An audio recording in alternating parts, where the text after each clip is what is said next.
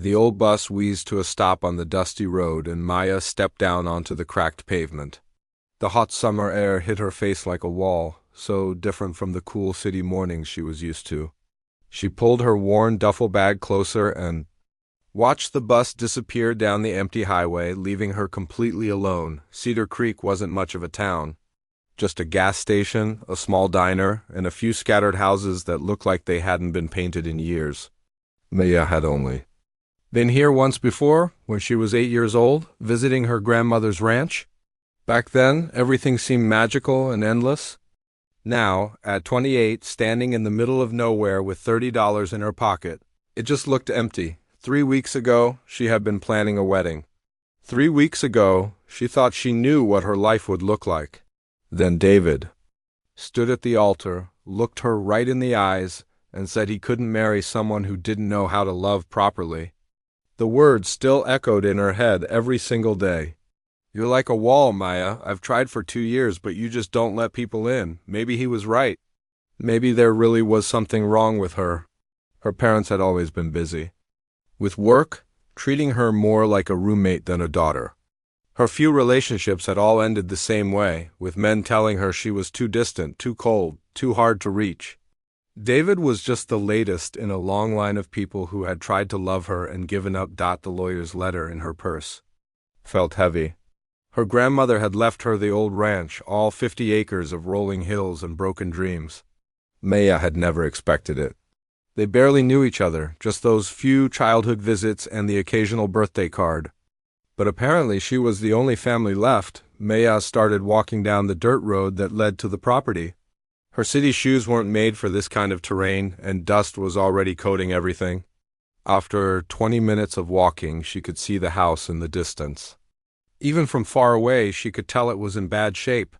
The fence posts were leaning at crazy angles, held up by nothing but habit and stubbornness.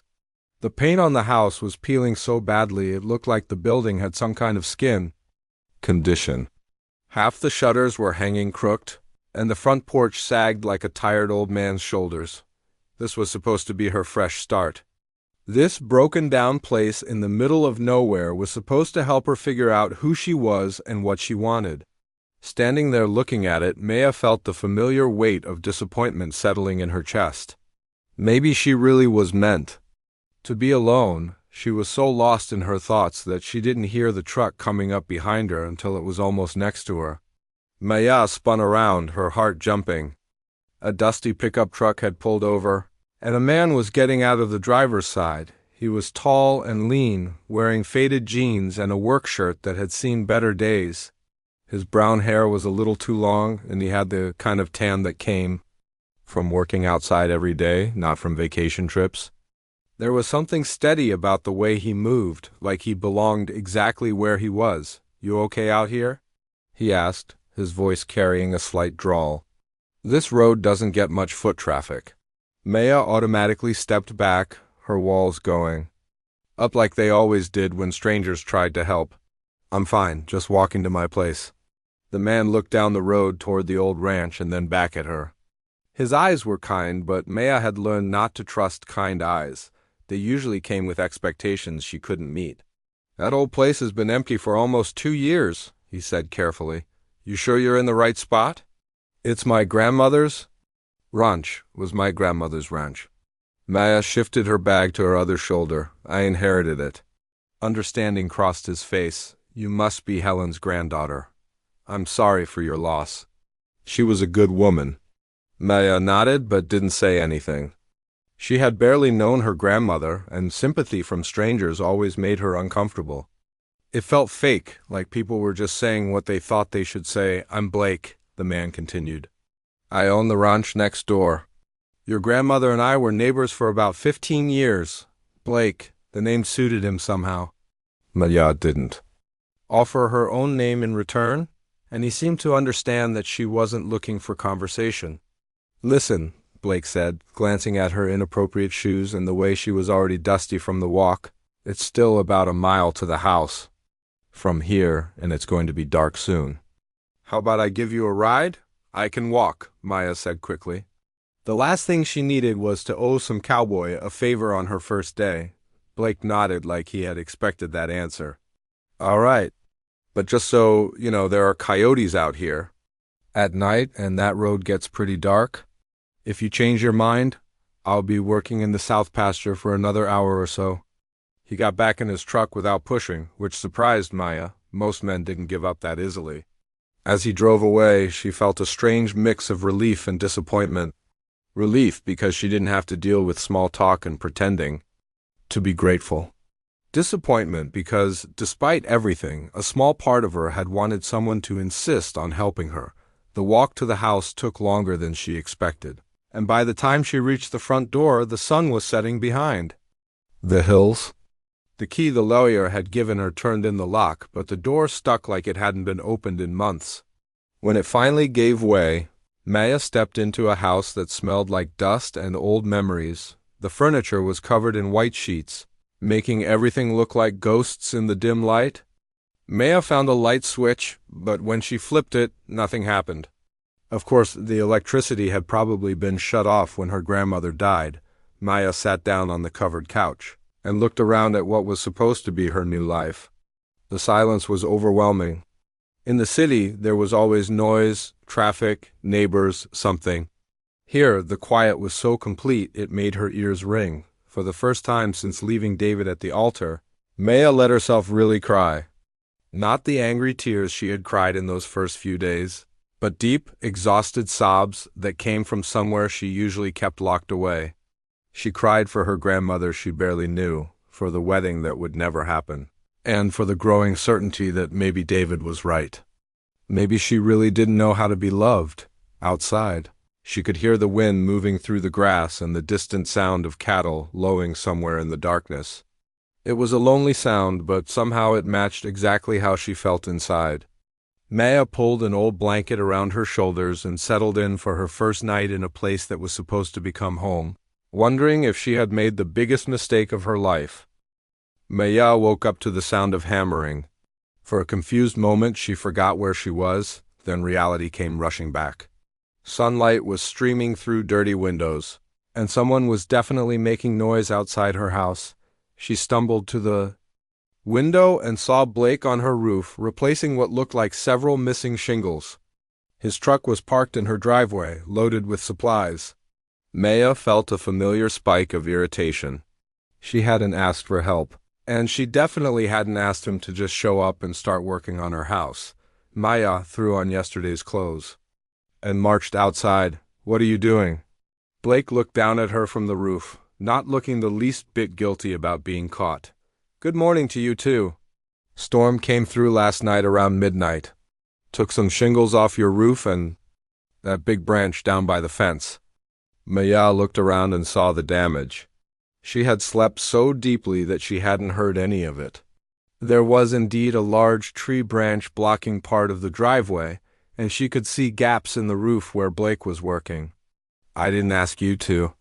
"Fix it," Maya said, crossing her arms. "Nope, you didn't." Blake continued working, his movements efficient and practiced. "But rain's coming again tomorrow, and you'll have a swimming pool in your living room if this doesn't get patched up." Maya wanted to argue, but she knew he was right. She also knew she had no idea how to fix a roof, no tools to do it with, and no money to hire someone else. Still, accepting help felt like admitting she couldn't handle things on her own. "How much do I owe you?" she asked stiffly. Blake paused and looked down at her with something that might have been amusement. "How about we call it being neighborly?" "I don't do neighborly," Maya said. "I pay my debts." This time Blake did smile, and it transformed his whole face. "All right, then. You can help me move some cattle this afternoon. Fair trade?" Before Maya could object, he went back to work. She stood there for a few more minutes, feeling frustrated and off balance, then went back inside to figure out the electricity situation. It took 3 phone calls and most of her remaining cash. But by noon she had power restored. The refrigerator hummed to life, and the lights worked, which felt like a small victory. She was trying to figure out the ancient coffee maker when she heard Blake's boots on the front porch. "Ready for that cattle work?"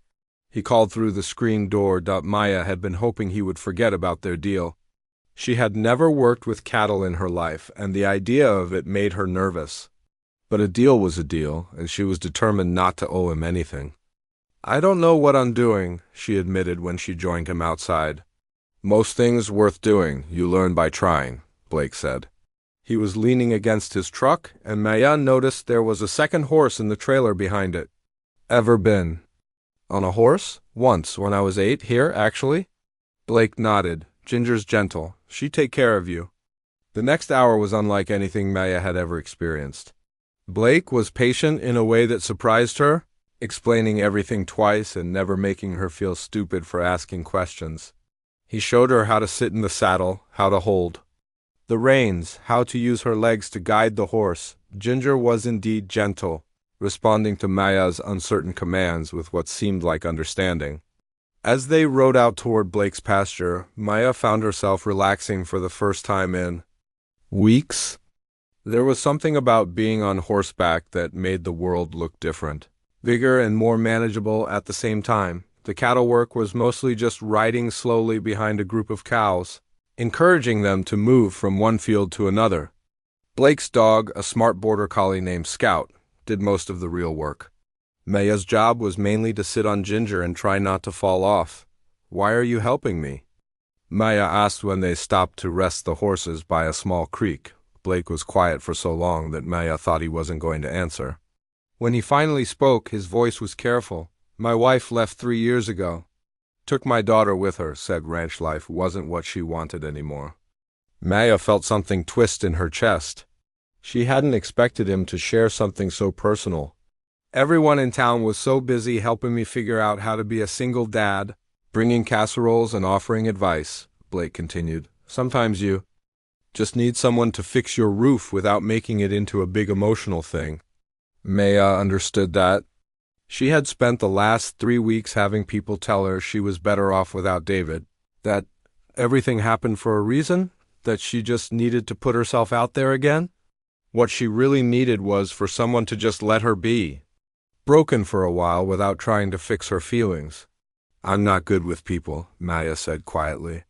It was the closest thing to an apology she could manage. "Most worthwhile people aren't," Blake said. "People worth knowing are usually a little complicated." As they rode back toward the house, Maya found herself watching Blake. He moved like he belonged exactly where he was, like he had never questioned whether this life was right for him. Maya envied that certainty. She had spent her whole life feeling like she was wearing clothes that didn't quite fit, living in places that didn't quite feel like home. When they reached her house, Blake helped her down from Ginger. For a moment, his hand stayed on her waist, steadying her, and Maya felt something she couldn't name. It wasn't attraction exactly, though Blake was certainly good-looking.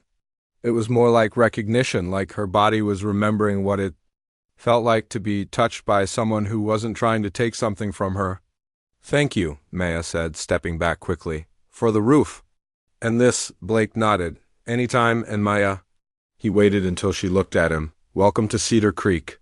It wasn't until he drove away that Maya realized she had never told him her name. He must have asked around town, which should have bothered her but somehow didn't.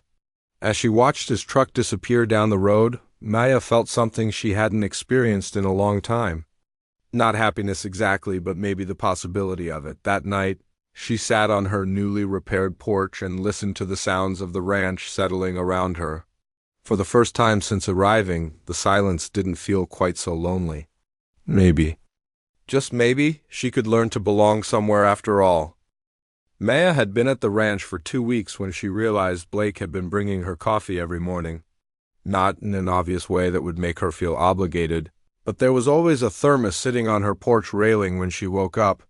Still warm and exactly how she liked it. She had mentioned once, during their second cattle-moving session, that she missed good coffee.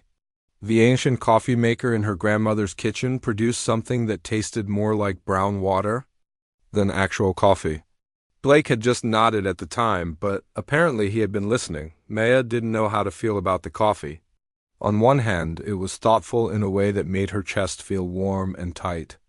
On the other hand, it meant Blake was thinking about her, paying attention to small details about what she needed. That kind of attention had always made Maya nervous. In her experience, people who paid attention usually wanted something in return, but Blake never seemed to want anything. He would show up around 8 in the morning, usually with some excuse about checking on the fence line they shared, or asking if she needed help with something around the house.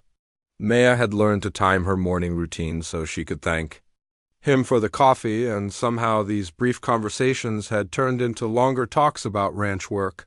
The weather, and nothing in particular, this morning was different. Blake's truck was in her driveway earlier than usual, and when Maya looked out the window, she saw a little girl with dark braids sitting on her porch steps. Petting Scout, Maya's stomach clenched. She hadn't prepared herself for children. Children? Asked direct questions and stared too long and somehow always knew when adults were pretending to be okay. Maya considered staying inside until they left, but the little girl had already spotted her in the window and was waving enthusiastically. Blake appeared from around the side of the house, carrying a toolbox. "Morning, Maya. Hope you don't mind. But I brought some company today. This is Lily, my daughter." Lily bounced up from the steps, all energy and gap-toothed smiles. She looked about 8 years old, with Blake's dark hair and the kind of confidence that only came from being truly loved. "Daddy says you're learning how to be a rancher." "I've been a rancher my whole life." Maya couldn't help but smile at that. "Your whole life? That's pretty impressive." "Well, except for when I lived in the city with Mom," Lily said matter-of-factly. "But I'm back now for the whole summer, and Daddy said maybe you'd like to learn how to braid wildflowers while he fixes your fence." Maya glanced at Blake, who was looking slightly embarrassed. "You don't have to," he said quickly. "I can keep her busy while I work." But Lily was already tugging on Maya's hand, leading her toward a patch of colorful wildflowers that grew along the edge of the property. "Come on, I'll teach you. It's easy once you know the trick." For the next hour, Maya found herself sitting in the grass, learning to weave tiny flowers into delicate chains. Lily was a patient teacher, showing Maya how to split the stems just right and how to make the connections strong enough to last. Her small fingers were quick and sure, and she chattered constantly while she worked. "Daddy says you came from the big city," Lily said, adding a purple bloom to her growing chain. "Do you miss it?" Maya considered the question seriously. She had expected to miss Chicago more than she did. The noise, the restaurants, the feeling of being anonymous in a crowd. But mostly what she felt was relief at being away from all the places that reminded her of David and the life she had almost lived. "Sometimes," Maya said honestly, "but I like it here too." "Daddy likes having you here," Lily said with the casual honesty of children. "He smiles more now. He used to be sad. A lot, but he's getting better." Maya felt that familiar tightness in her chest. She looked over at Blake, who was working on replacing a section of fence posts. His movements were efficient and practiced, and there was something peaceful about watching him work. Maya wondered what kind of pain he carried, what it had cost him when his wife left. "Your daddy seems like a good man," Maya said carefully. "The best," Lily agreed. "He makes the best pancakes, and he always reads me stories even when he's really tired, and he never gets mad when I forget to feed the chickens." She paused in her flower braiding to look at Maya seriously. "Do you think you'll stay?" The question hit Maya unexpectedly hard. "I don't know," she said honestly. "I'm still figuring things out." Lily nodded like this made perfect sense. "Daddy says sometimes the best things take time to grow, like his tomatoes. They look all small and green for the longest time, and then one day they're perfect and red and ready." Maya looked at this wise 8-year-old and felt something shift inside her chest. When was the last time someone had spoken to her without wanting to change her or fix her or convince her of something? Lily seemed perfectly content to sit in the grass making flower chains with a stranger, sharing her father's wisdom about tomatoes and thyme. They worked in comfortable silence for a while, the sun warming their backs and the sound of Blake's hammer providing a steady rhythm. When Lily finished her flower chain, she placed it carefully on Maya's head like a crown. "There," she said, stepping back to admire her work. "Now you look like a wildflower queen." Maya laughed, a real laugh that surprised her with its lightness. She couldn't remember the last time she had laughed like that. Without thinking about it first or worrying about how it sounded, Blake's hammer stopped, and Mia looked over to see him watching them. There was something soft in his expression, something that made Mia's cheeks warm. She reached up self-consciously to touch the flowers in her hair. "Don't take it off," Lily said quickly. "You look beautiful." Beautiful? Maya couldn't remember the last time someone had called her beautiful and meant it the way Lily did, simply and without expecting anything in return. David had called her beautiful, but it always felt like he was trying to convince himself of something. Lily said it like she was just stating a fact, the way she might say the sky was blue or grass was green. When Blake finished with the fence, he and Lily stayed for lunch. Maya made sandwiches from the supplies she had been slowly accumulating, and they ate on the porch while Lily told elaborate stories about the chickens' personalities and Scout's latest adventures chasing rabbits. Maya found herself relaxing in a way she hadn't in years. There was something about the three of them sitting together that felt natural, unforced. Blake didn't try to fill every silence with conversation, and Lily seemed perfectly happy to chatter enough for all of them. When it was time for them to leave, Lily hugged Maya goodbye like they were old friends. It was the first hug Maya had received since her grandmother's funeral, and she was surprised by how much she needed it. "Will you teach me how to make flower crowns next time?" Maya asked, and Lily's face lit up like Christmas morning. "Really?" "Yes, I know lots of different patterns." As they drove away, Maya sat on her porch steps, still wearing her flower crown, and realized something had changed. The loneliness that had been her constant companion for so long felt different now, less like a permanent condition and more like something that might eventually heal. That night, Maya carefully pressed the wildflowers between the pages of an old book, wanting to preserve something of the day when a little girl had called her beautiful and meant it with her whole heart. The town of Cedar Creek came alive once a year for the summer festival, and Maya had been dreading it for weeks. Blake had mentioned it casually during one of his morning coffee deliveries, saying the whole town would be there and maybe she'd like to come along. Maya had given a non-committal answer, but as the day approached, she found herself thinking about it more and more. She hadn't been to a social gathering since her failed wedding, and the idea of making small talk with strangers made her stomach twist with anxiety. But she also couldn't shake the memory of Lily's excited chatter about the festival, how there would be music and dancing and her favorite funnel cake stand. On the evening of the festival, Maya stood in front of her grandmother's old mirror, trying to decide what to wear. Everything she owned felt wrong, too formal for a small-town gathering, too casual for what felt like her debut as Cedar Creek's newest resident. Finally, she settled on a simple blue dress she had packed almost as an afterthought. Blake knocked on her door just as she was losing her nerve completely. When she opened it, his smile was warm and genuine. "You look beautiful," he said, and Maya felt her cheeks flush. "I'm nervous," she admitted before she could stop herself. "That's normal," Blake said easily. "Small towns can be overwhelming when you're not used to them. But I'll be right there with you, okay?" The festival was held in the town square, which had been transformed with string lights and colorful banners. There were food trucks lined up along one side, games and craft booths scattered around the perimeter, and a small stage where a local band was setting up their equipment. The whole scene had a warm, nostalgic feeling that reminded Maya of movies she'd watched as a child. Lily appeared out of nowhere, grabbing Maya's hand and pulling her toward the funnel cake stand. "You have to try these," she said breathlessly. "Mrs. Peterson makes the best ones in 3 counties." Maya found herself swept up in Lily's enthusiasm, tasting funnel cake and watching the little girl's face light up with each new thing she wanted to show Maya. Blake followed along, seeming content to let his daughter play tour guide. As the evening progressed, Maya slowly began to relax. The people of Cedar Creek were friendly but not pushy, asking polite questions about how she was settling in without prying into her personal life. Several people mentioned her grandmother fondly, sharing small memories that painted a picture of a woman Maya wished she had known better. When the band started playing, couples began to move toward the makeshift dance floor. Maya watched from the sidelines, feeling that familiar sense of being on the outside looking in. She had never been much of a dancer, and David had always complained that she was too stiff, too self-conscious. "Dance with me?"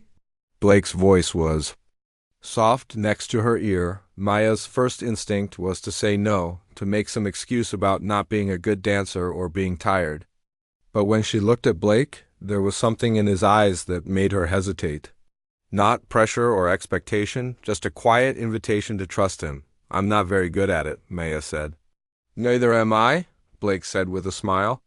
"But I figure we can be not very good at it together." Before Maya could change her mind, she found herself being led onto the dance floor. The song was slow and sweet, something about small towns and summer nights. Blake's hands were gentle as he guided her, one on her waist and the other holding. Her hand loosely dotted at first. Maya was stiff and awkward, too aware of her feet and the people around them. But Blake was patient, murmuring quiet encouragement and adjusting his steps to match hers. Gradually, Maya began to relax into the rhythm, letting herself be led instead of trying to control every movement. There was something magical about dancing. Under the string lights, surrounded by the warm chatter of the festival, but feeling like they were in their own private world, Maya found herself looking into Blake's eyes and seeing something there that made her breath catch. It wasn't just attraction, though there was certainly that. It was something deeper, more patient. Like he saw something in her that she couldn't see in herself. When the song ended, they didn't immediately step apart. For a moment, they just stood there, still holding each other, and Maya felt something she had never experienced before. Complete safety. Not just physical safety, but emotional safety, like she could trust Blake with the most fragile parts of herself, and he would handle them carefully. The feeling was so overwhelming that Maya pulled away abruptly, mumbling something about needing some air. She made her way to the edge of the festival, away from the lights and music, trying to calm her racing heart. Blake found her a few minutes later, sitting on a bench near the old courthouse. He didn't say anything at first, just sat down beside her and waited. "I'm sorry," Maya said finally. "I'm not good at this." "At what?" Blake's voice was gentle. Maya gestured vaguely toward the festival, the dance floor, the whole situation. People, relationships, being normal. Blake was quiet for a long moment. When he spoke, his voice was careful. "Can I tell you something?" Maya nodded. "I haven't danced with anyone since my wife left," Blake said. "I thought I'd forgotten how. But just now, dancing with you, it felt—" He paused, searching for the right words. "It felt like coming home." Maya's throat tightened.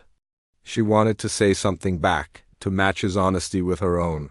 But the words felt stuck somewhere between her heart and her mouth. "I've never been loved," she whispered finally, the words barely audible. "Not really. I don't think I know." "How?" Blake turned to look at her fully, and Maya was surprised to see understanding in his eyes instead of pity. "What makes you think that?" "Everyone leaves," Maya said simply. "My parents, my fiancé, everyone. They all say the same thing. That I'm too closed off, too hard to reach. That I don't know how to let people in." Blake was quiet for so long that Maya began to think she had said too much, shared something too personal too soon. But when he finally spoke, his words weren't what she expected. "What if they were wrong?" he said quietly. "What if it wasn't? That you don't know how to be loved, but that they didn't know how to love you the right way?" Maya felt something crack open in her chest, some wall she had built so carefully over the years. "How do you love someone the right way?" Blake smiled. And it was the gentlest thing Maya had ever seen. "I guess you'd have to be willing to learn. And you'd have to be patient while they learned too." They sat in comfortable silence for a while, watching the festival continue without them. Maya found herself thinking about the past month, about morning coffee and flower crowns, and the way Blake never pushed her to be anything other than exactly who she was. "Blake," Maya said finally, "Yeah? Thank you for tonight." "For everything." He reached over and took her hand, squeezing it gently. "Thank you for trusting me enough to try." As they walked back toward the festival to find Lily, Maya felt something shift inside her. Not a complete transformation, She wasn't naive enough to think one conversation could undo years of protective walls. But for the first time in her life, she began to wonder if maybe, just maybe, she was worthy of the kind of love that stayed. Maya woke up to the sound of her phone ringing at 6 in the morning. The caller ID showed an unknown number, but when she answered, a brisk woman's voice informed her that the county inspector would be coming by at 10 to evaluate whether the ranch met the minimum requirements for agricultural zoning. If it didn't pass, Maya would have to sell the property or face heavy fines. Maya sat on the edge of her bed, still in her pajamas, feeling like the world had just shifted sideways. She had known this inspection was coming eventually, but she had thought she'd have more time to prepare. Looking around her grandmother's house with fresh eyes, Maya saw what the inspector would see: peeling paint, sagging porches, fences that were more hope than actual barrier. She was still sitting there, paralyzed by the enormity of what needed to be done in 4 hours, when she heard Blake's truck in the driveway. Maya pulled on clothes and stumbled outside, probably. Looking as panicked as she felt, Blake took one look at her face and set down the thermos of coffee he'd been carrying. What's wrong? Inspector's coming at 10, Maya said, her voice tight with stress. I'm going to lose the ranch. Blake's expression grew serious. What kind of inspection? Maya explained about the agricultural zoning requirements, how the property had to meet certain standards to qualify for the tax breaks that made owning it financially possible. Without those breaks, she'd never be able to afford the property taxes. Okay, Blake said calmly. What needs to be done? Maya pulled out the list the inspector's office had sent her weeks ago. The fence has to be properly maintained. The barn has to be structurally sound. There has to be evidence of actual agricultural use.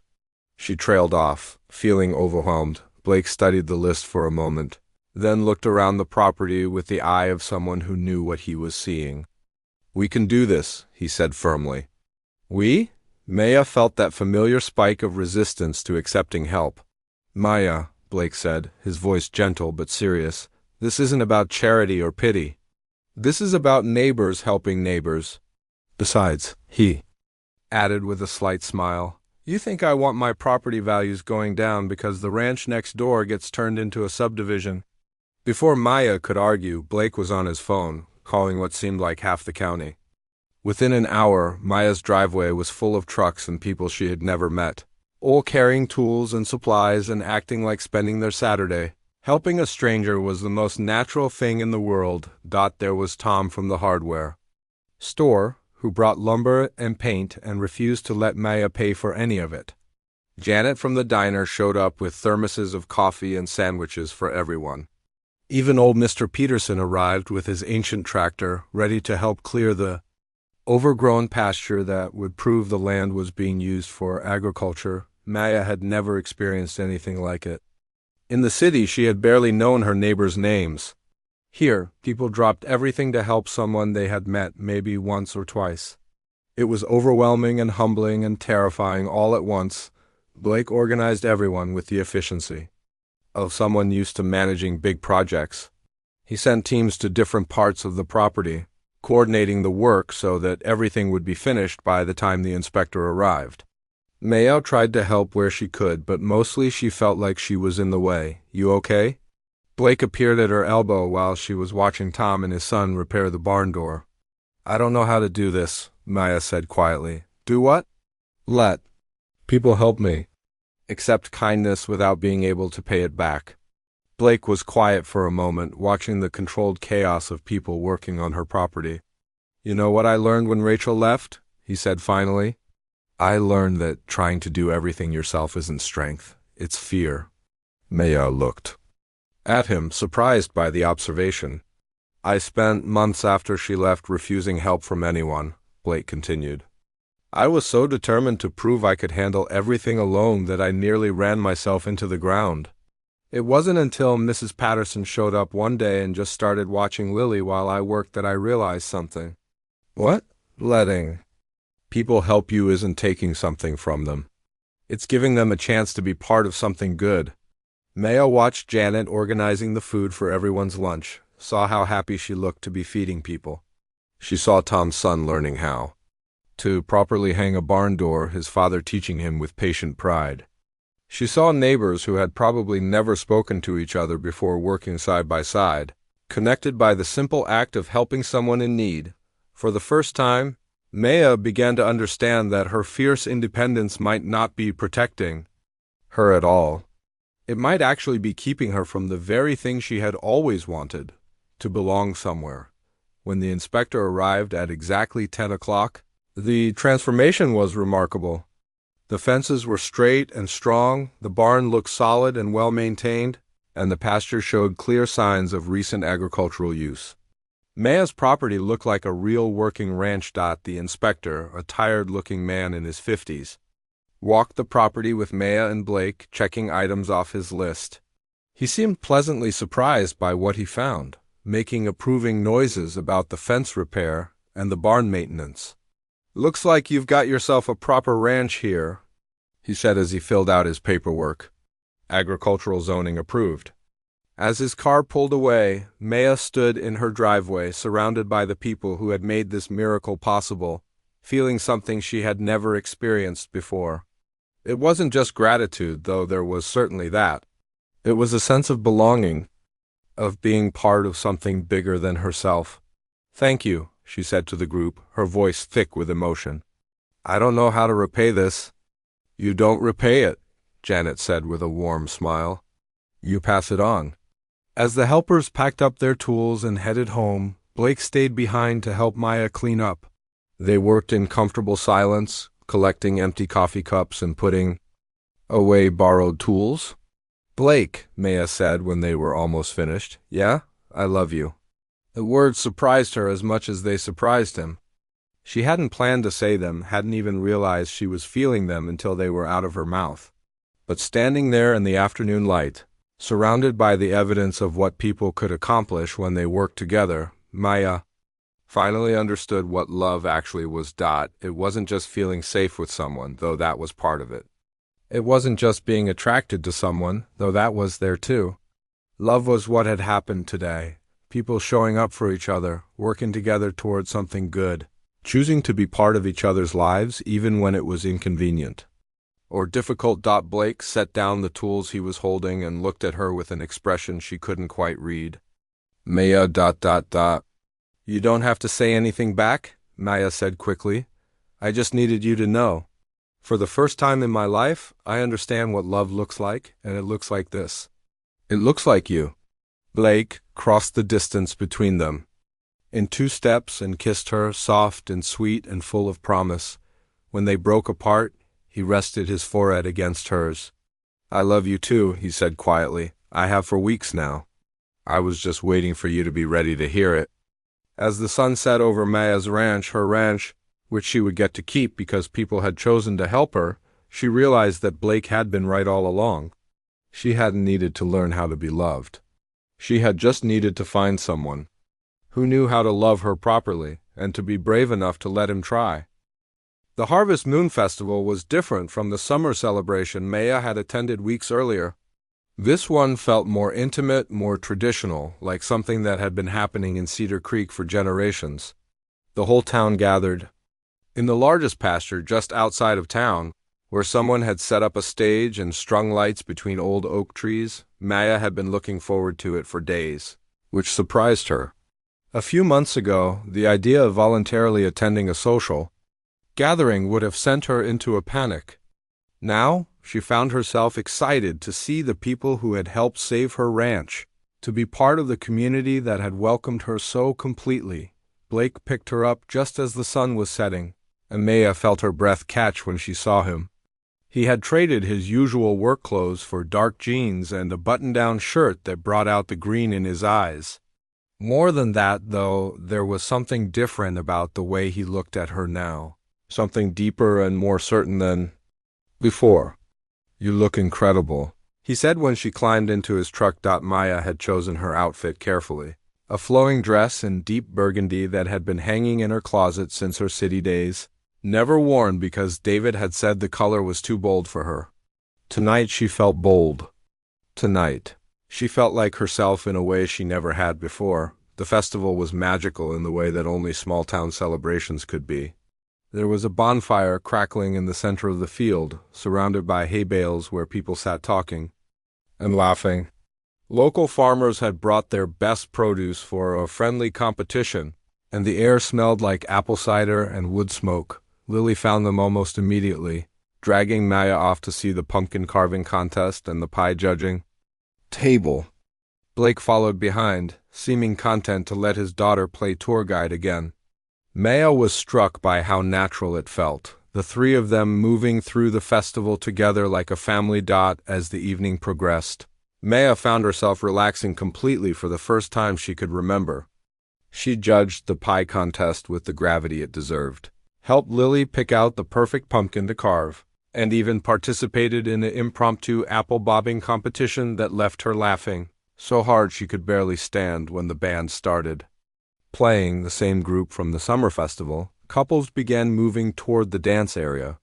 This time, Maya didn't feel that familiar spike of anxiety. When Blake extended his hand to her, she took it without hesitation. The first few songs were upbeat and casual, and Maya found herself actually enjoying the dancing. Blake was a better dancer than he claimed to be, and he had a way of making her feel graceful even when she was sure she looked ridiculous. When a slow song finally started, something sweet and old-fashioned about autumn nights and harvest time, Blake pulled her closer. "I need to tell you something," he said quietly, his mouth close to her ear. Maya's heart skipped. In her experience, "I need to tell you something" was usually followed by bad news. But Blake's arms around her felt steady and sure, and when she looked up at his face, she saw nothing but warmth. "What is it?" she asked. Blake was quiet for a moment, like he was choosing his words carefully. "I'm falling in love with you," he said finally. "Actually, I think I've already fallen. I just wanted you to know." Maya felt her chest tighten, but this time it wasn't with panic. It was with something much more complicated, something that felt like joy and terror and hope all mixed together. She opened her mouth to respond, but no words came out. Blake seemed to understand her silence. "You don't have to say anything back," he said gently. "I just needed you to know how I feel." But Maya did want to say something back. The problem was that she had never said those words to anyone before and meant them the way she meant them now. She had told David she loved him, but looking back, she realized it had been more like saying lines in a play, words she thought she was supposed to say because that's what people did in relationships. This was different. This was real in a way that made her feel exposed and vulnerable and completely terrified. Instead of words, Maya stood on her tiptoes and kissed him.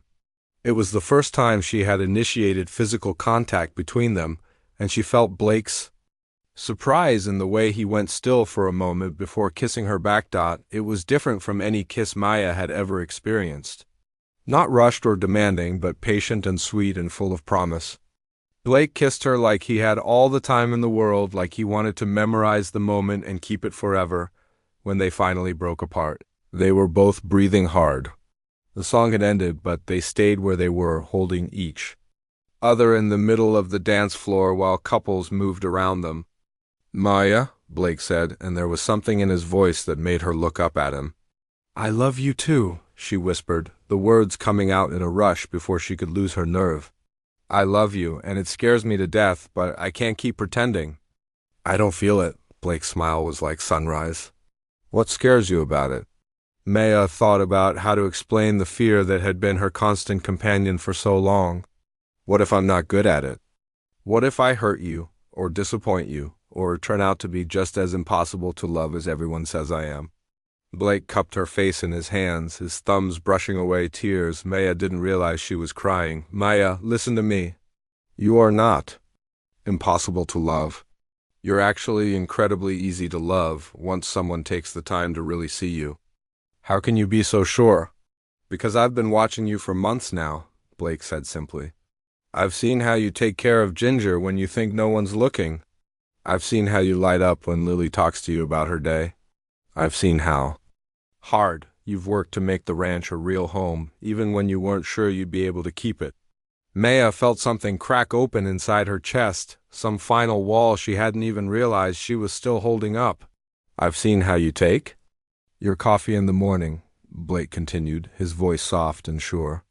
How you bite your lip when you're concentrating on something difficult? How you save the crusts from your sandwiches for Scout, even though you think no one notices?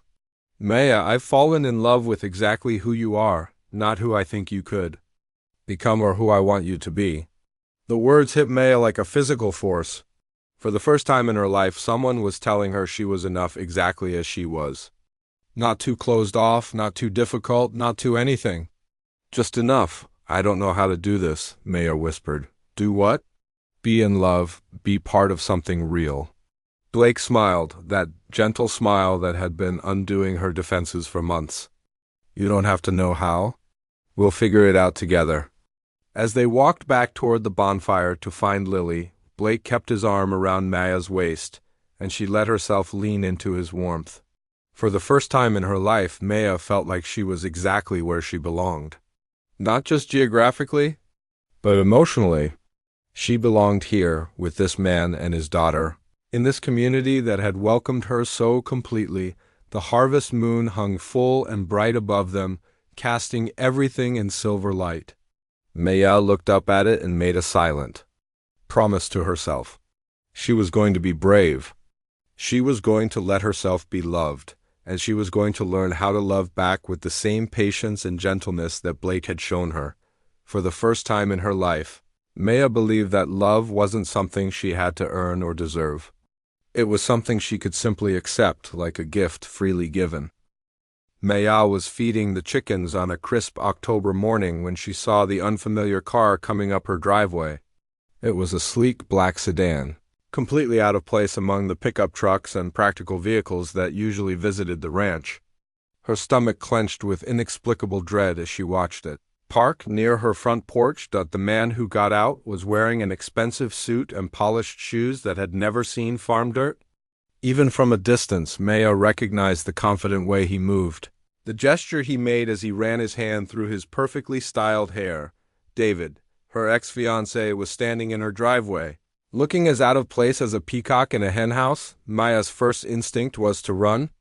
Her second was to call Blake. Instead, she forced herself to walk slowly toward the house, trying to project a calm she definitely didn't feel. 3 months ago, seeing David would have sent her into a spiral of self-doubt and recrimination. Now, mostly what she felt was annoyed that he was disrupting her peaceful morning routine. "Hello, Maya," David said when she got close enough to talk.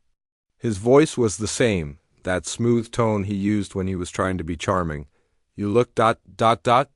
Maya was aware of how she must look to him, in worn jeans and boots, her hair pulled back in a practical ponytail, her hands dirty from ranch work.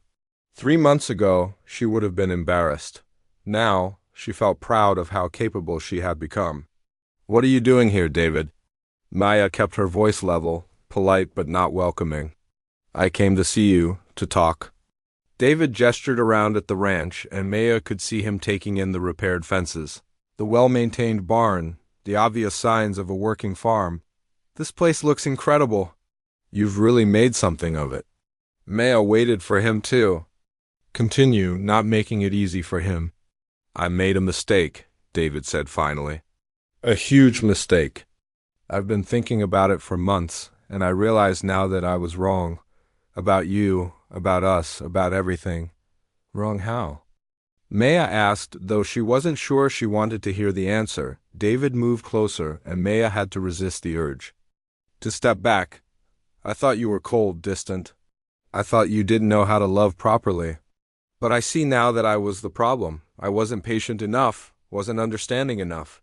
I didn't give you the space and time you needed to open up." The words should have felt like vindication. For years, Maya had believed David's assessment of her, had carried his criticism like a stone in her chest.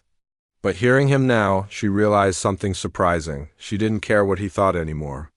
"I want to try again," David continued. "I want us to try again. I've learned so much about myself these past few months, and I know I can be better. We can be better." Maya stared at him, trying to process what was happening. The man who had left her at the altar, who had told her she was too broken to love, was standing on her porch asking for another chance. 6 months ago, this conversation would have destroyed her. Now, she felt oddly detached from it, like she was watching it happen to someone else. You think the problem was that you weren't patient enough? Maya asked quietly. Yes, David said, looking relieved that she seemed to be engaging with his words. I rushed you, pressured you. I should have been more understanding about your difficulties with emotional intimacy. My difficulties, Maya repeated slowly. David nodded earnestly. I know it's not your fault.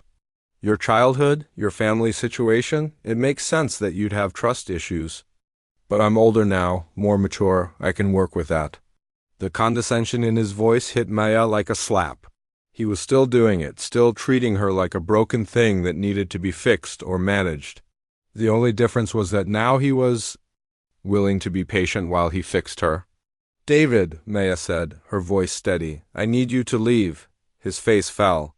Maya, please, just think about it. Don't you miss what we had? Don't you want to try to build something real together? Before Maya could answer, she heard the familiar sound of Blake's truck coming up the driveway. Her heart jumped, but not with relief. She didn't want Blake to see this. Didn't want him to think she had invited David here or encouraged this conversation. Blake's truck pulled up behind David's sedan, and Maya watched as he got out slowly, taking in the scene.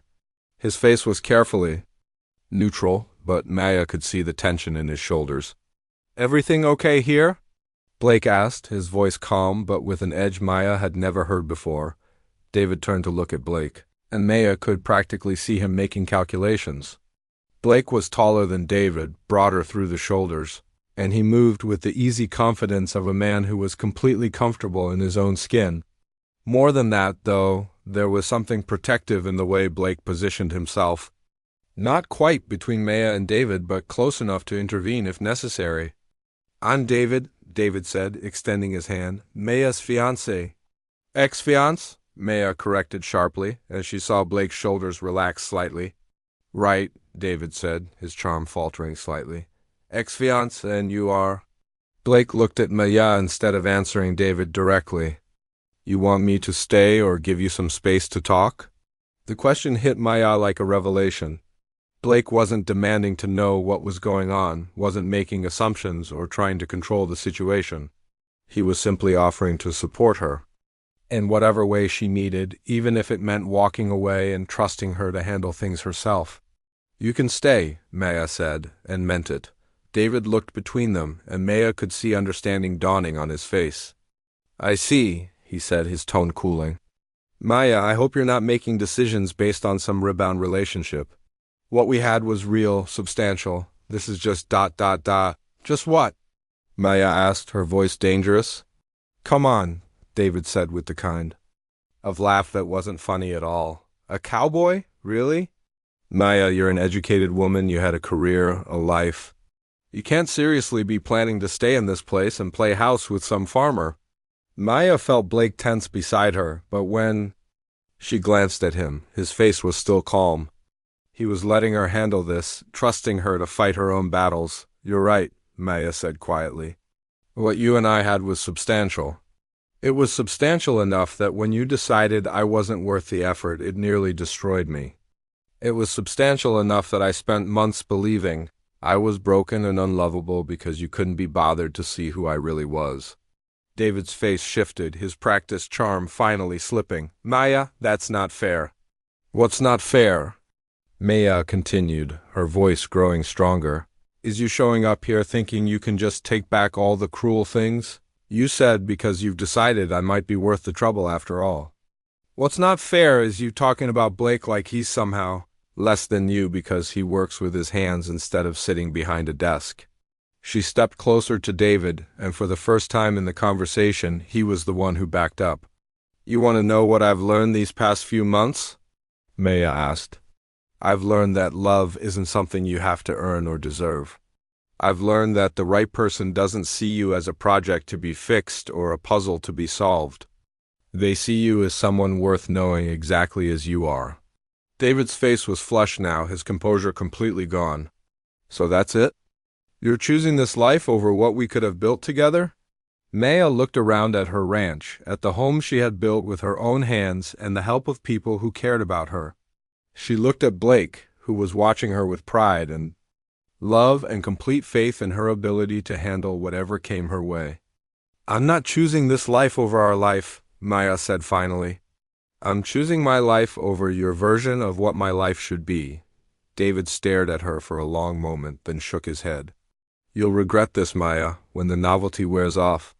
And you remember what you're giving up, you'll regret it." After David's car disappeared down the driveway, Maya and Blake stood in silence for a few minutes, watching the dust settle. "You okay?" Blake asked finally. Maya considered the question seriously. She was shaky, definitely, and emotionally drained. But underneath all of that, she felt something she had never experienced before, complete certainty about her choices. "I'm perfect," she said, and realized she meant it. Blake smiled, that slow, warm smile that had been undoing her defenses for months. "Yeah, you are."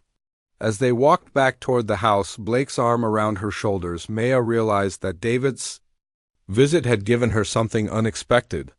It had shown her exactly how much she had changed, how much she had grown, and how completely sure she was about the life she was building here. For the first time in her life, Maya knew exactly where she belonged. Maya found Blake in his barn that evening, brushing down his horse with the methodical care he brought to everything he did. The late afternoon light slanted through the open doors, turning everything golden and peaceful. Scout was lying in a patch of sunlight, and the whole scene looked like something from a painting about the simple goodness of rural life.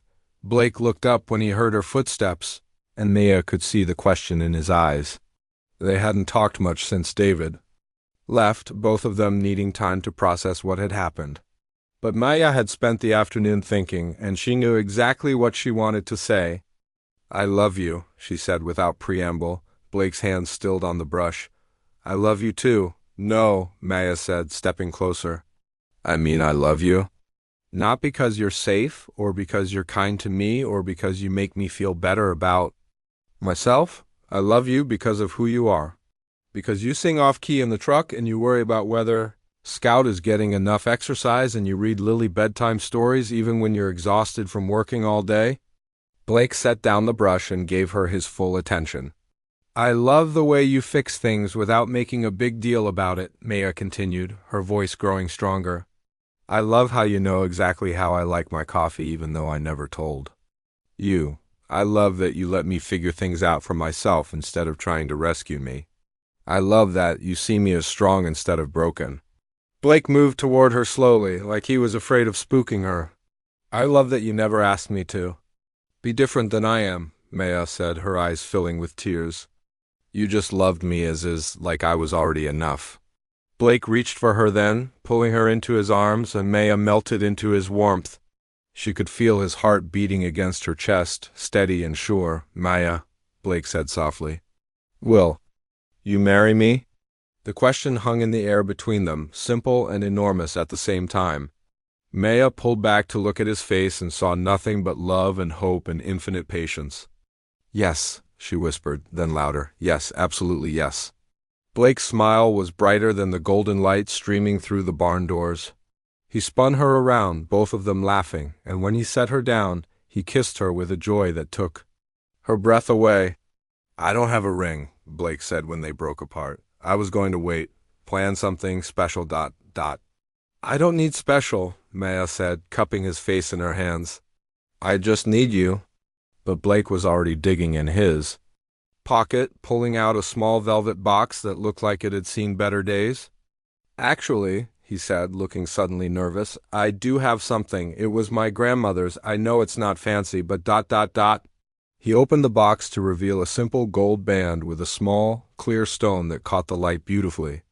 It wasn't the kind of ring Maya would have chosen for herself in her old life, but looking at it now, she couldn't imagine anything more perfect. "It's beautiful," Maya said, and meant it completely. Blake slipped the ring onto her finger, and it fit like it had been made for her. Maya looked down at her hand and felt something settle into place inside her chest, some final piece of herself clicking into position. "When?" Blake asked. Maya thought about long engagements and elaborate wedding planning, about all the ways she could overthink and complicate what was really a very simple thing. Soon, she said. I don't want to wait. They were married 3 weeks later, on the hill that overlooked both their ranches. It was a small ceremony. Just the people who had become Maya's chosen family in Cedar Creek. Lily stood as Maya's maid of honor, wearing a crown of autumn wildflowers and looking so proud she could barely contain herself. Maya wore a simple white dress she had found in the one boutique in town, and Blake wore his best shirt with a tie that Lily had helped him pick out. The ceremony was performed by the retired judge who had married half the couples in Cedar Creek, and Maya's heart was so full she was afraid it might burst. When the judge asked if they had vows they wanted to share, Maya looked into Blake's eyes and spoke from her heart. 3 months ago, I thought I was broken, she said, her voice carrying clearly in the crisp air. I thought I didn't know how to love or be loved. But you taught me that love isn't something you have to learn like a skill or earn like a reward. Love is something you receive as a gift and give as a gift. Blake's eyes were bright with unshed tears. You taught me that I was never broken, Maya continued. I was just waiting for someone who knew how to love me the right way, someone patient enough to let me bloom in my own time. When it was Blake's turn, he took Maya's hands and spoke words that she knew she would carry with her for the rest of her life. Maya, you are the strongest person I know, he said. Not because you survived difficult things, but because you chose to keep your heart open despite those difficult things. You chose to trust again, to love again, to believe again. That's not just strength, that's courage. When the judge pronounced them husband and wife, Blake kissed Maya with a tenderness that made the small crowd of their friends and neighbors cheer. Lily threw wildflower petals from a basket she had woven herself, and Scout barked his approval from where he sat with perfect dog manners during the ceremony. As the sun set over their joined properties, Maya and Blake danced to music from a small speaker while their wedding guests sat around a bonfire and told stories. Maya looked around at the faces of the people who had become her family and felt a peace she had never imagined possible. Any regrets? Blake asked as they swayed together under the stars. Maya thought about the question seriously. A year ago, she had been living a completely different life, engaged to a different man, convinced she knew what her future would look like. If someone had told her then that she would end up married to a cowboy on a ranch in Montana, she would have thought they were crazy. Not a single one, Maya said, and realized it was completely true later that night. After the guests had gone home and Lily had fallen asleep in the guest room they had prepared for her, Maya and Blake sat on the porch swing of their house. Their house now, officially, and looked out over the land they would work together. You know what's funny? Maya said, curled up against Blake's side. What? David was right about one thing. I really didn't know how to be loved. But it wasn't because I was broken or difficult or impossible to reach. It was because I had never met anyone who knew how to love me properly. Blake pressed a kiss to the top of her head. What's the difference? Maya thought about how to explain the revelation that had changed everything for her. David wanted to love the person he thought I could become if I tried hard enough. You love the person I already am, and that makes me want to become even better. You don't need to become better, Blake said softly. You're already perfect, Maya smiled in the darkness. For the first time in her life, she actually believed that might be true. Not perfect in the sense of flawless, but perfect in the sense of being exactly who she was supposed to be, with exactly the person she was supposed to be with, in exactly the place she was supposed to call home. As they sat together in the peaceful quiet of their ranch, Maya reflected on the journey that had brought her here. She had come to Cedar Creek broken and alone, convinced she was incapable of real love. She was leaving her wedding day knowing that love was not only possible for her but abundant, surrounding her in forms she had never imagined. Love looked like morning coffee on the porch railing. Love looked like patient hands teaching her to braid wildflowers. Love looked like a whole community showing up to save her ranch. Love looked like the freedom to choose her own path and the security of knowing someone would walk it with her. Blake had kept his promise, Maya realized. He had taught her how to be loved. But more than that, he had taught her how to love herself, how to believe in her own worth, and how to trust in the possibility of happiness. For the first time in her life, Maya was completely, perfectly, peacefully home.